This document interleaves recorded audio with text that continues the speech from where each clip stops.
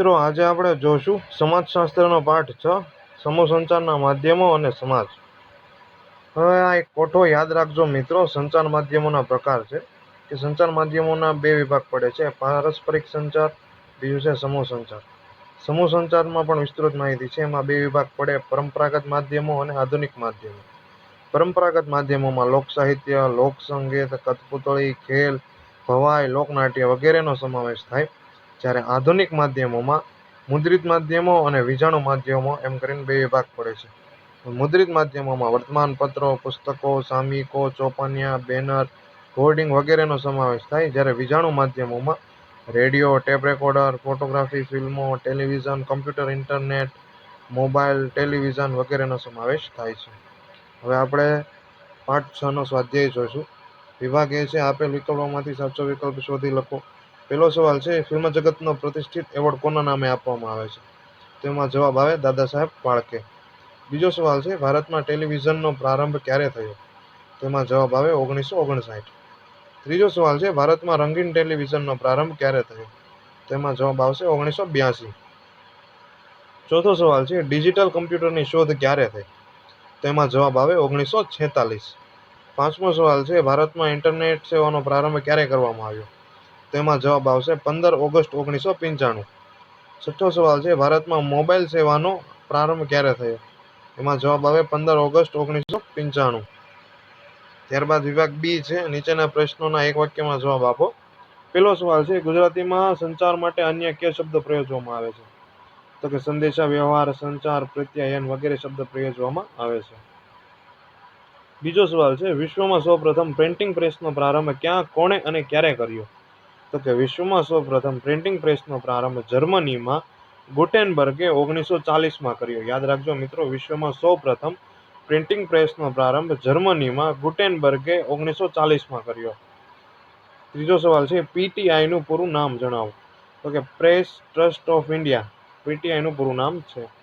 ચોથો સવાલ છે, યુએનઆઈનું પૂરું નામ જણાવો. તો કે યુનાઇટેડ ન્યૂઝ ઓફ ઇન્ડિયા. ત્યારબાદ પાંચમો સવાલ છે, રેડિયો પ્રસારણથી દેશનો કેટલો ભાગ આવરી લેવામાં આવે છે? તો કે રેડિયો પ્રસારણથી દેશનો 83% વિસ્તાર અને 96% જનસંખ્યાને આવરી લેવામાં આવે છે. છઠ્ઠો સવાલ છે, ભારતમાં ખાનગી રેડિયો પ્રસારણ સેવા ક્યારથી શરૂ કરવામાં આવી છે? તો કે ભારતમાં ખાનગી રેડિયો પ્રસારણ સેવા 1923માં મુંબઈથી શરૂ કરવામાં આવી છે. સાતમો સવાલ છે, WWW નું પૂરું નામ જણાવો. તો કે WWW નું પૂરું નામ વર્લ્ડ વાઇડ વેબ છે. ત્યારબાદ વિભાગ સી આવે છે, નીચેના પ્રશ્નોના ટૂંકમાં જવાબ આપો. પહેલો સવાલ છે, સંચારની વ્યાખ્યા આપો. તો કે સંચાર એ માહિતી, વિચારો અને વલણોને એક વ્યક્તિથી બીજા વ્યક્તિ સુધી પરિવર્તિત કરવાની કલા છે. ત્યારબાદ સંચાર એટલે એક વ્યક્તિ કે સમૂહથી બીજી વ્યક્તિ કે સમૂહમાં કોઈ સૂચના અથવા ભાવ પહોંચાડવાની પ્રક્રિયા. ત્યારબાદ ત્રીજી વ્યાખ્યા છે, કોઈ પણ માહિતી, વિચારો કે વલણોનું એક વ્યક્તિથી બીજી વ્યક્તિ વચ્ચેનું આદાન પ્રદાન એટલે સંચાર. ત્યારબાદ બીજો સવાલ છે, ડેવિડ બર્ગોનું સંચાર મોડેલ સમજાવો. તો કે ડેવિડ બર્ગોનું SMCR પ્રત્યાયન મોડેલ. એસ એટલે સોર્સ એટલે કે પ્રેક્ષક, સંદેશો મોકલનાર. એમ એટલે મેસેજ, સંદેશો. સી એટલે ચેનલ. આર એટલે રિસીવર, પ્રાપ્તકર્તા, સંદેશો મેળવનાર. ત્યારબાદ ત્રીજો સવાલ છે, વર્લ્ડ વાઇડ વેબ નો અર્થ સમજાવો. તો કે ઇન્ટરનેટ પર માહિતી કે સેવા આપતા કમ્પ્યુટરને ઇન્ટરનેટ સર્વર કહે છે. ઇન્ટરનેટ પર દુનિયાભરના હજારો સર્વર એક વિશાળ જાળથી જોડાયેલ હોય છે. આ રચનાને વર્લ્ડ વાઇડ વેબ WWW કહે છે. ત્યારબાદ ચોથો સવાલ છે, ભારતની રેડિયો પ્રસારણ સેવાને કયા નામે ઓળખવામાં આવે છે? તો કે ભારતમાં રેડિયો પ્રસારણનો પ્રારંભ 1923માં મુંબઈમાં ક્લબ રેડિયો નામે ખાનગી પ્રસારણથી થયો.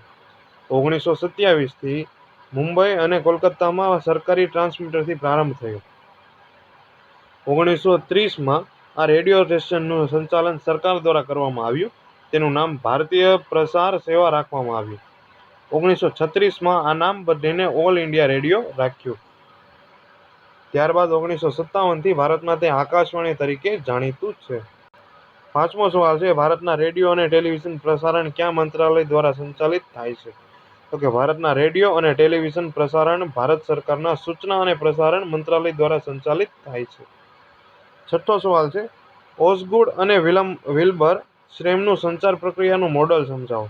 તો કે ઓસ્ગુડ અને વિલ્બર શ્રેમના મતે લોકો જે સંદેશો મેળવે છે તેને સમજે છે. જેવું સમજાય તેવું સંદેશાનું અર્થઘટન કરી જેની પાસેથી સંદેશો પ્રાપ્ત કર્યો હોય તેને સંદેશાનો જવાબ પાછો આપે છે. આમ સંદેશાનું અર્થઘટન કરી સંદેશો આપ લેની પ્રક્રિયા સતત ચાલતી રહે છે. જે મિત્રો તમને બાજુમાં અહીંયા કોષ્ટક દરેલો છે તેમાં સમજાશે કે પ્રત્યાયન સંદેશો મેળવે એનું અર્થઘટન કરે, પાછું સંદેશો મેળવે એટલે સામેવાળા વ્યક્તિ તેનું અર્થઘટન કરે, જે સતત પ્રક્રિયા ચાલતી રહે છે. ત્યારબાદ વિભાગ ડી છે, નીચેના પ્રશ્નોના મુદ્દાસર જવાબ આપો. પેલું છે આધુનિક સંચાર માધ્યમના પ્રકારો સમજાવો. તો કે આધુનિક સમૂહ સંચાર માધ્યમોને બે વિભાગમાં વહેંચવામાં આવે છે. જે હમણાં સૌથી પહેલા આપણે ઉપર કોષ્ટક જોઈ ગયા. પેલું છે મુદ્રિત માધ્યમ અને બીજું છે વિજાણુ માધ્યમ. મુદ્રિત માધ્યમમાં વર્તમાનપત્રો, પુસ્તકો, સામયિકો, હોર્ડિંગ, ચોપાનિયા વગેરેનો સમાવેશ થાય. બીજું છે વિજાણુ માધ્યમ, જેમાં રેડિયો, ફોટોગ્રાફી, ફિલ્મો, ટેલિવિઝન, કમ્પ્યુટર, મોબાઈલ, સ્માર્ટફોન, ઇન્ટરનેટનો સમાવેશ થાય છે.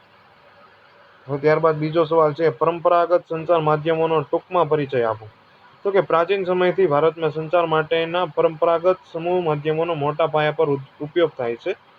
ભારતના વિવિધ પ્રદેશોમાં લોક સાહિત્ય, લોક સંગીત અને લોક નૃત્યનું આગવું મહત્વ છે. ગુજરાતમાં સૌરાષ્ટ્ર અને કચ્છ વિસ્તારમાં કોઈ વીર કથા, સતી કથા, ધાર્મિક કથા, લોકકથા, લોકવાર્તા, આખ્યાન, છંદ દોહા વગેરે મારફતે થતી હતી. રાજસ્થાન અને ગુજરાતમાં ભવાઈ કે તરગાળા, ઉત્તર પ્રદેશમાં નૌટંકી, બંગાળમાં બાઉલ, મહારાષ્ટ્રમાં ભારંડ અને મધ્યપ્રદેશમાં પંડવા જેવા નાટકોનું ગામડાઓમાં ખૂબ આકર્ષણ હતું. પહેલાના સમયમાં મનોરંજન મેળવવા પરંપરાગત સમૂહ માધ્યમોમાં કઠપૂતળીનો ખેલ, મદારીનો ખેલ, મલ્લાના ખેલનો સમાવેશ થાય છે. સમૂહ સંચારના આ પરંપરાગત માધ્યમો પારસ્પરિક રીતે પ્રત્યક્ષ માધ્યમો હતા. આ માધ્યમોમાં યંત્ર વિજ્ઞાન અને ટેકનોલોજીનો અભાવ હતો. વર્તમાન સમયમાં આધુનિક સંચાર માધ્યમોનો વિકાસના કારણે, ખાસ કરીને ટેલિવિઝનના કારણે ગામડાના પરંપરાગત સમૂહ માધ્યમોનો અસ્ત થઈ રહ્યો છે. ત્યારબાદ ત્રીજો સવાલ છે કમ્પ્યુટર વિશે ટૂંકમાં પરિચય આપો. તો કે કમ્પ્યુટરનો આધુનિક વિજાણુ સમૂહ માધ્યમમાં સમાવેશ થાય છે. કમ્પ્યુટરનો આધુનિક વિજાણુ સમૂહ માધ્યમમાં સમાવેશ થાય છે. આધુનિક યુગ કમ્પ્યુટર યુગ તરીકે ઓળખાય છે. અદ્યતન કમ્પ્યુટરના પિતાને ચાર્લ્સ બેબેજ તરીકે ઓળખવામાં આવે છે. અદ્યતન કમ્પ્યુટરના પિતાને ચાર્લ્સ બેબેજ તરીકે ઓળખવામાં આવે છે. યાદ રાખજો મિત્રો, 1946માં ડિજિટલ કમ્પ્યુટરની શોધ જોહન મોચેલ અને જેપી એક્ટે કરી હતી. 1946માં ડિજિટલ કમ્પ્યુટરની શોધ જોહન મોચેલ અને જેપી એક્ટે કરી હતી. કમ્પ્યુટરને ઇલેક્ટ્રોનિક મગજ તરીકે પણ ઓળખવામાં આવે છે. કમ્પ્યુટર એક એવું ઇલેક્ટ્રોનિક સાધન છે જે મોટા પ્રમાણમાં લગભગ દરેક માહિતી અને હકીકતોને પ્રાપ્ત કરે છે અને તે માહિતીનો સંગ્રહ કરે છે અને તેમનું પૃથ્થકરણ કરી વિવિધ સ્વરૂપે માહિતી પરત મોકલે છે. આજે ભારતમાં તમામ ક્ષેત્રોમાં કમ્પ્યુટરનો ઉપયોગ અનિવાર્ય બન્યો છે. આજના દરેક નાગરિક માટે કમ્પ્યુટરનું શિક્ષણ અનિવાર્ય બન્યું છે. ત્યારબાદ ચોથો સવાલ છે ઇન્ટરનેટ વિશે ટૂંકમાં પરિચય આપો. તો વ્યાખ્યા પહેલા જોઈએ કે ઇન્ટરનેટ એટલે વિશ્વનું સૌથી મોટું જાળું જે સંખ્યાબદ્ધ કમ્પ્યુટર અને મોબાઈલને એકબીજાથી જોડે છે, જેને ઇન્ટરનેટ નેટવર્ક કહેવામાં આવે છે. ભારતમાં ઇન્ટરનેટની શરૂઆત 15 ઓગસ્ટ 1995ના રોજ થઈ. યાદ રાખજો મિત્રો, ભારતમાં ઇન્ટરનેટની શરૂઆત 15 ઓગસ્ટ 1995ના રોજ થઈ. ઇન્ટરનેટ દ્વારા વ્યક્તિ આંગળીના ટેરવાથી આખી દુનિયાના દરેક ક્ષેત્રનું જ્ઞાન મેળવી શકે છે અને દુનિયાના ખૂણે ખૂણે માહિતી મોકલાવી હોય તો મોકલી પણ શકે છે. ઇન્ટરનેટ પર માહિતી કે સેવા આપતા કમ્પ્યુટરને ઇન્ટરનેટ સર્વર કહેવામાં આવે છે. ઇન્ટરનેટ પર દુનિયાભરના હજારો સર્વર એક વિશાળ જાળથી જોડાયેલા હોય છે. આ રચનાને WWW વર્લ્ડ વાઇડ વેબ કહેવાય છે. જુદી જુદી વેબસાઇટ દ્વારા વિવિધ પ્રકારની માહિતીમાં શિક્ષણ, આરોગ્ય, રેલવે, હવાઈ મુસાફરી, મનોરંજન વગેરેમાં ઇન્ટરનેટનું મહત્વ વધતું જાય છે. ઇન્ટરનેટ ગવર્નર, ઈ-બેન્કિંગ, ઈ-કોમર્સ, ઈ-શોપિંગનો ઉપયોગ વધવા લાગ્યો છે. ત્યારબાદ પાંચમો સવાલ છે સંચાર માધ્યમોની સમાજ જીવન પર અસરો જણાવો, સમજાવો. તો કે સંચાર માધ્યમોને કારણે કુટુંબવાદને બદલે વ્યક્તિવાદ ઊભો થયો. સંચાર માધ્યમોએ માનવ જીવનને એટલું સરળ બનાવ્યું કે તેની જીવન અસર વ્યક્તિના વર્તન અને વ્યવહાર પર જોવા મળે છે. પુરુષો કે વડીલોની સત્તામાં પરિવર્તન આવ્યું. સમૂહ માધ્યમમાં દર્શાવાતા કાર્યક્રમો અને ધારાવાહિકોની અસર કુટુંબ સંબંધ ઉપર પડતી જોવા મળી અને પતિ પત્નીના સંબંધોમાં પરિવર્તન આવ્યું. સત્તા અને તાબેદારોના બદલે બધામાં સમાનતા, ઉદારતા અને સ્વતંત્રતાના ખ્યાલો વિકસતા ગયા. કુટુંબના સંબંધોમાં લોકશાહીપૂર્ણ વાતાવરણ વધતું જાય અને શિક્ષણની તક વધી તેમજ બાળકો સ્વતંત્ર રીતે પોતાની શૈક્ષણિક કારકિર્દી બનાવી શકવા સમર્થ બને છે. દીકરા દીકરીનો જન્મ અને ભેદભાવ તથા ઉછેરમાં નવી જાગૃતિ આવી. કુટુંબની રોજગારી પણ વધી. એ જ રીતે હકારાત્મક નકારાત્મક બંને પ્રકારની અસર જોવા મળે છે. ત્યારબાદ વિભાગ ઈ છે. નીચેના પ્રશ્નોના સવિસ્તર જવાબ લખો. પહેલો સવાલ છે, સંચારનો અર્થ સમજાવી તેની લાક્ષણિકતાઓ સમજાવો. તો પહેલા અર્થ જોઈએ કે સંચારને અંગ્રેજીમાં કોમ્યુનિકેશન કહે છે, જે લેટિન ભાષાના કોમ્યુનિસ પરથી બન્યો છે. સંચારમાં પરસ્પર કોઈ વિચાર, ભાવના, દ્રષ્ટિકોણ કે સૂચનને વહેંચવાનો પ્રયત્ન કરવામાં આવે છે. માહિતી, વિચારો અને વલણોને એક વ્યક્તિથી બીજી વ્યક્તિ સુધી પહોંચાડવાની કલા એટલે સંચાર. સંચાર એટલે એક વ્યક્તિ કે સમૂહથી બીજી વ્યક્તિ કે સમૂહમાં કોઈ સૂચના અથવા ભાવ પહોંચાડવાની પ્રક્રિયા. ત્યારબાદ સંચારની લાક્ષણિકતાઓ જોઈએ. પહેલી લાક્ષણિકતા છે, સંચાર એ અવિરત પ્રક્રિયા છે, કે સંચાર વગર માનવ જીવન શક્ય નથી, એટલે કે માનવીના જીવનનું અભિન્ન અંગ છે. પ્રત્યાયન, વાતચીત વિના એક વ્યક્તિ બીજી વ્યક્તિની ભાવનાઓથી જ્ઞાત હોતો નથી. સંચાર કે પ્રત્યાયનમાં સૂચના, આદેશ, નિર્દેશ, સલાહ, મંતવ્ય, શિક્ષણ, પ્રેરણા કે લાગણીઓનું આદાન પ્રદાન થતું હોય છે. ત્યારબાદ બીજું લક્ષણ છે, સંચાર એ દ્વિમાર્ગી પ્રક્રિયા છે, કે સંચારમાં બે વ્યક્તિઓ અથવા સમૂહની વચ્ચે સંદેશાનું આદાન પ્રદાન થતું હોય છે. આ એક દ્વિમાર્ગી પ્રક્રિયા છે, એટલે કે એક સંદેશો આપે છે અને બીજો સંદેશો પ્રાપ્ત કરે છે. ત્રીજું લક્ષણ છે, સંચાર માટે માધ્યમ આવશ્યક છે. સંચારમાં બે વ્યક્તિ કે સમૂહ વચ્ચે માનવીની વાણી, હાસ્ય, રુદન, ઇશારા અથવા હાવભાવ વગેરે માધ્યમો છે. વર્તમાનપત્ર, રેડિયો, ટીવી, ટેલિફોન, મોબાઈલ વગેરે સમૂહ સંચારના માધ્યમો કહેવાય. ચોથું લક્ષણ છે, સંચાર એ પ્રાકૃતિક ગુણ છે, કે સંચાર એ માનવીનો જન્મજાત ગુણ છે, એટલે કે તેની શરૂઆત જન્મથી થાય. નવજાત બાળકને ભૂખ લાગે ત્યારે તે રડવાનું શરૂ કરે. માનવીનું બોલવાનું, સાંભળવાનું, ચાલવાનું કૌશલ્ય અને બીજા પ્રાણીઓ કરતાં જુદું છે. લેખન કલા એ માનવીની અજોડ કલા છે. સંચાર એ સામાજિક પ્રક્રિયા છે. પાંચમું લક્ષણ છે, સંચાર એ સામાજિક પ્રક્રિયા છે, કે સંચાર એક બે વ્યક્તિ કે સમૂહ વચ્ચે થાય. આ પ્રક્રિયામાં સંચાર માટેના સંદેશાઓ સમાજ દ્વારા પરિભાષિત થયેલા હોય છે. ઉદાહરણ તરીકે, વ્યક્તિ હાથ ઊંચો કરીને હલાવે છે ત્યારે સામેવાળી વ્યક્તિ સમજી જાય છે કે તે મને આવજો કહે છે. ત્યારબાદ છઠ્ઠું લક્ષણ છે, સંચાર વિજ્ઞાન અને કલા છે, કે વૈજ્ઞાનિક પદ્ધતિથી કે કલાના માધ્યમથી ટેકનોલોજીના સ્વરૂપે સંદેશો આપી શકાય છે. ઉદાહરણ તરીકે પાવરપોઈન્ટ પ્રેઝન્ટેશન. તો મિત્રો, આ 6 લક્ષણ આપણે જોયા. ત્યારબાદ બીજો સવાલ છે, સંચાર માધ્યમોના પ્રકારની છણાવટ કરો. તો કે સંચાર માધ્યમોના બે પ્રકાર છે. પેલું પારસ્પરિક સંચાર માધ્યમો અને બીજું છે સમૂહ સંચાર માધ્યમો. પારસ્પરિક સંચાર માધ્યમો જોઈએ, કે બે કે તેથી વધુ વ્યક્તિ કે સમૂહ વચ્ચે એકબીજાની પ્રત્યક્ષ હાજરીમાં વાતચીત, પ્રેમ, રુદન કે કોઈ પણ અભિવ્યક્તિ કોઈ સંકેત કે હાવભાવ વ્યક્ત કરે તેને પારસ્પરિક સંચાર કહે છે. બીજું છે સમૂહ સંચાર માધ્યમો, કે વિવિધ ટેકનોલોજી માધ્યમો દ્વારા વિવિધ વિષયો પર સંદેશો પહોંચાડવાનું કાર્ય કરતા માધ્યમોને સમૂહ સંચાર માધ્યમો કહે છે. હવે સમૂહ સંચાર માધ્યમોના બે પ્રકાર છે, પરંપરાગત સમૂહ સંચાર માધ્યમો અને બી છે આધુનિક સમૂહ સંચાર માધ્યમો. પરંપરાગત સમૂહ સંચાર માધ્યમોમાં લોક સાહિત્ય, લોકસંગીત, લોકનૃત્ય, ભવાઈ, નાટકો વગેરેનો સમાવેશ થાય. જ્યારે આધુનિક સમૂહ સંચાર માધ્યમોને બે વિભાગમાં વહેંચવામાં આવે છે, મુદ્રિત માધ્યમો અને બીજું છે વિજાણુ માધ્યમો. મુદ્રિત માધ્યમોમાં વર્તમાનપત્ર, પુસ્તકો, સામયિકો, પોસ્ટર, ચોપાનિયા, બેનર, હોર્ડિંગ વગેરેનો સમાવેશ થાય. જ્યારે વિજાણુ માધ્યમોમાં ફોટોગ્રાફી, ફિલ્મો, ટેલિવિઝન, કમ્પ્યુટર, મોબાઈલ, ઇન્ટરનેટ વગેરેનો સમાવેશ થાય છે. ત્યારબાદ ત્રીજો સવાલ છે, આધુનિક સંચાર માધ્યમોના વિજાણુ સાધનોનો ટૂંકમાં પરિચય આપો. તો કે વિજાણુ માધ્યમોને ઇલેક્ટ્રોનિક માધ્યમો તરીકે ઓળખવામાં આવે છે. વિજાણુ માધ્યમોમાં રેડિયો, ફોટોગ્રાફી, ચલચિત્રો કે cinema, television, computer, internet, mobile વગેરેનો સમાવેશ થાય છે.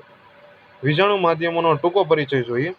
રેડિયો, પહેલું, કે ભારતના દુર્ગમ અને અંતરિયાળ વિસ્તારોમાં રેડિયો સંચારનું અસરકારક માધ્યમ છે. રેડિયો દ્વારા પ્રસારિત કાર્યક્રમોના લીધે કૃષિ, પશુપાલન, મત્સ્ય ઉદ્યોગ, મરઘા ઉદ્યોગ વગેરેને લગતી માહિતીઓ ગ્રામ વિકાસમાં પરિવર્તન લાવવામાં અગત્યનો ભાગ ભજવે છે. બીજું છે ફોટોગ્રાફી, કે સમાજમાં પ્રત્યેક તબક્કે ફોટોગ્રાફી મહત્વની બની છે. ચલચિત્રો કે સિનેમા, ચિત્રોને ગતિ આપીને દ્રશ્યો દર્શાવવાની પ્રક્રિયાને ચલચિત્ર કહે છે. ચલચિત્રમાં સમાજ જીવનમાં વિવિધ પાસાનું નિરૂપણ કરવામાં આવે છે. આથી ભારતમાં ફિલ્મ જગત સમાજના આકર્ષણનું કેન્દ્ર રહ્યું છે. ત્યારબાદ ટેલિવિઝન છે કે ટેલિવિઝન એ આધુનિક યુગનો અદ્ભુત અને અકલ્પનીય આવિષ્કાર છે. દૂરદર્શનનો મુખ્ય ઉદ્દેશ ગ્રામ વિકાસ, કૃષિ વિકાસ, શિક્ષણ, જનજાગૃતિ વગેરે માટે માહિતી આપી રાષ્ટ્રીય વિકાસ કરવાનો છે. ત્યારબાદ કમ્પ્યુટર છે કે વર્તમાન યુગ કમ્પ્યુટરનો યુગ છે. કમ્પ્યુટર એવું સાધન છે કે જે માહિતી સ્વીકારે છે, સંગ્રહ કરે છે, પૃથ્થકરણ કરે છે અને વિવિધ સ્વરૂપે માહિતી પરત મોકલે છે. ત્યારબાદ ઇન્ટરનેટ કે ઇન્ટરનેટ એટલે વિશ્વનું સૌથી મોટું જાળું જે સંખ્યાબદ્ધ કોમ્પ્યુટર અને મોબાઈલને એકબીજાથી જોડે છે, જેને ઇન્ટરનેટ નેટવર્ક કહેવામાં આવે છે. આ નેટવર્ક દ્વારા માહિતીની બંને બાજુથી આપ-લે થાય છે. ત્યારબાદ મોબાઈલ કે આજના સમયમાં સ્માર્ટફોન મોબાઈલ યુવા જગતનું આકર્ષણ બન્યો છે. મોબાઈલમાં વિવિધ પ્રકારની એપ્લિકેશનના માધ્યમથી માહિતી અને મનોરંજન સરળ અને તેજ ક્ષણે ઉપલબ્ધ થાય છે. દાખલા તરીકે વોટ્સઅપ, ઇન્સ્ટાગ્રામ વગેરે. ત્યારબાદ ચોથો સવાલ છે કે સમૂહ માધ્યમોની સામાજિક અસરોની વિગતે ચર્ચા કરો. હવે સમૂહ માધ્યમોની સામાજિક જીવન પર અસર. પહેલું છે કે કુટુંબ જીવન ઉપર અસર. સમૂહ માધ્યમોને કારણે કુટુંબવાદને બદલે વ્યક્તિવાદ ઊભો થયો. સમૂહ માધ્યમોએ માનવ જીવનને એટલું સરળ બનાવ્યું કે તેની અસર વ્યક્તિના વર્તન અને વ્યવહાર પર જોવા મળે છે. પુરુષો કે વડીલોની સત્તામાં પરિવર્તન આવ્યું. સમૂહ માધ્યમમાં દર્શાવતા કાર્યક્રમો અને ધારાવાહિકોની અસર કુટુંબ સંબંધ ઉપર પડતી જોવા મળી. પતિ પત્નીના સંબંધોમાં પરિવર્તન આવ્યું. સત્તા અને તાબીદારોના બદલે સમાનતા, ઉદારતા અને સ્વતંત્રતાના ખ્યાલો વિકસતા ગયા. કુટુંબમાં સંબંધ લોકશાહી પૂર્ણ વાતાવરણ વધતું જાય અને શિક્ષણની તક વધી તેમજ બાળકો સ્વતંત્ર રીતે પોતાની શૈક્ષણિક કારકિર્દી બનાવી શકવા સમર્થ બને છે. દીકરા દીકરીનો જન્મ અને ભેદભાવ તથા ઉછેરમાં નવી જાગૃતિ આવી. કુટુંબની રોજગારી પણ વધી. એ જ રીતે હકારાત્મક નકારાત્મક બંને પ્રકારની અસર જોવા મળે છે. ત્યારબાદ બીજી અસર છે લગ્ન વ્યવસ્થા ઉપર અસર. કે સમૂહ માધ્યમોએ લગ્ન માટે જીવનસાથીની પસંદગીમાં કુટુંબના વડીલોએ ગૌણ અને લગ્ન કરનારા યુવક યુવતીને મહત્વનું સ્થાન અપાયું છે. કે લગ્ન પહેલા એકબીજાની મુલાકાત પહેલા યુવક યુવતીની ઉંમર, દેખાવ, શિક્ષણ, વ્યવસાય, સ્વભાવ, કુટુંબ અને સંપત્તિને ધ્યાનમાં રાખીને જીવનસાથીની પસંદગી કરે છે. સ્વપસંદગી, પુખ્ત વયે લગ્ન, બાળ લગ્નનો વિરોધ, લગ્નમાં દહેજનો વિરોધ, લગ્નમાં યુવક યુવતીના ગુણ કરતા મંડપના વૈભવોમાં ખર્ચનો વધારો, છૂટાછેડા અને લગ્નના સ્વરૂપમાં પરિવર્તન જોવા મળ્યું છે. ત્યારબાદ ત્રીજી અસર છે જ્ઞાતિ વ્યવસ્થા. કે જ્ઞાતિનો કોટિક્રમ, ખાનપાન વ્યવસ્થા અને નાગરિક તથા ધાર્મિક અસમર્થતાની બાબતમાં ગાંધીજી કે ડોક્ટર આંબેડકર એ અસ્પૃશ્યતા સામેની લડતમાં મુદ્રિત માધ્યમનો ઘણો બધો ફાળો છે. ભારતના બંધારણ અને કાયદાથી ભેદભાવ દૂર થયો એટલે કે આધુનિક માધ્યમોએ ખાનપાન, વ્યવસાય અને ભેદભાવવાળી પદ્ધતિને દૂર કરી તેમજ આંતરજ્ઞાતિ લગ્નને પણ પ્રોત્સાહન આપ્યું. ત્યારબાદ ચોથી અસર છે સંસ્કૃતિ. કે ભારતીય સમાજ અનેક ધાર્મિક સંપ્રદાય ધરાવતો દેશ છે. આ સંપ્રદાયમાં અનેક વિધિ વિધાનોની માન્યતાઓ, શ્રદ્ધાઓ, વહેમ, અંધશ્રદ્ધા જોવા મળે છે. સમૂહ માધ્યમો ઘણા વિધિ વિધાન, માન્યતાઓ અને અંધશ્રદ્ધાઓ વિશે વૈજ્ઞાનિક જ્ઞાન આપીને લોકોને જાગૃત કરે છે. આ માધ્યમો દ્વારા શ્રદ્ધાઓ, માનવ ધર્મ, યોગનો પ્રચાર જોવા મળે તેમજ જન્મદિવસની ઉજવણી, મેરેજ એનિવર્સરી, તહેવાર ઉત્સવોની ઉજવણી ખૂબ જ ઠાઠમાઠથી ઉજવવામાં આવે છે. દીકરીના જન્મને આવકારવા સમૂહ માધ્યમો પ્રોત્સાહન આપી રહ્યા છે. તેમજ મૃત્યુના પ્રસંગોમાં લાંબા અને ઊંડા શોક અને વિચિત્ર રિવાજને માત્ર બેશનામમાં ફેરવવાનું કાર્ય આ સમૂહ માધ્યમ દ્વારા થાય છે. તો આ સાથે મિત્રો આપણો સમાજશાસ્ત્રનો પાઠ 6 સમૂહ સંચાર માધ્યમો અને સમાજ અહીં પૂરો થાય છે. જો મિત્રો તમને મારી ચેનલ ગમી હોય તો ચેનલને સબસ્ક્રાઇબ કરો, લાઇક કરો, શેર કરો, તમારા મિત્રોને સાથે વધુને વધુ શેર કરો. જો તમારે કાંઈ પણ પ્રશ્ન હોય મને મારા ઇન્સ્ટાગ્રામ પર મેસેજ કરો. જો તમારે સમાજશાસ્ત્ર પાઠ 6 સમૂહ સંચાર માધ્યમો અને સમાજની ઓનલાઈન સ્વાધ્યાયની ઓનલાઈન PDF જો જોતી હોય તો તમે ઓફલાઈન ડાઉનલોડ કરવા માટે નીચે ડિસ્ક્રિપ્શન બોક્સ